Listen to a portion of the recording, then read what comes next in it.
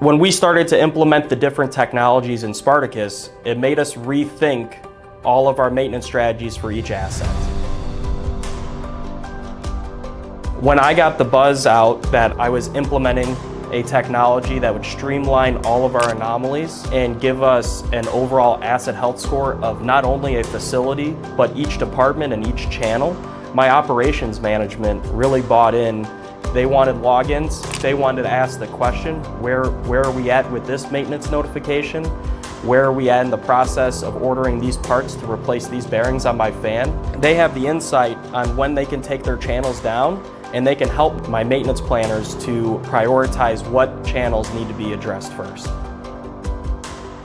One of the greatest benefits I have seen out of Spartacus is now I get to see which routes are actually effective and which tasks are actually providing benefit to myself and to the facility of finding anomalies. So my reliability group, my reliability engineers, kind of looked at that unplanned maintenance downtime and get some bad actors out of it. So when they look to see what's causing our maintenance and operations team the most headaches, they actually first go to Spartacus and see what the frequency of the routes are.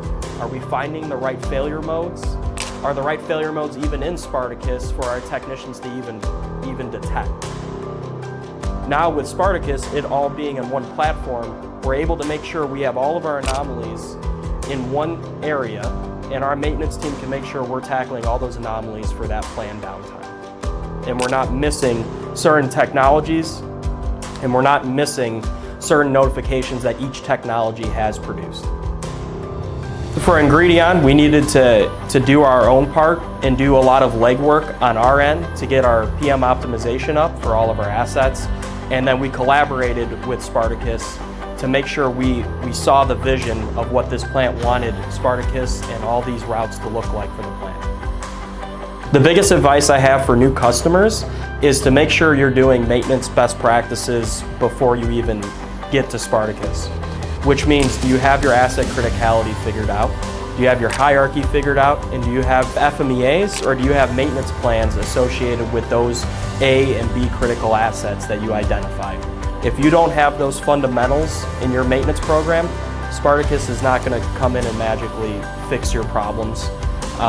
So if you don't have the basics, you're not going to be able to merge together and get a good maintenance program out of Spartacus.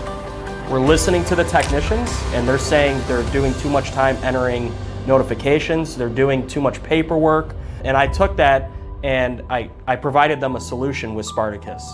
So not only am I getting some buy-in from my maintenance technicians, but I'm also streamlining their process and making sure their time is as effective as possible at the facility.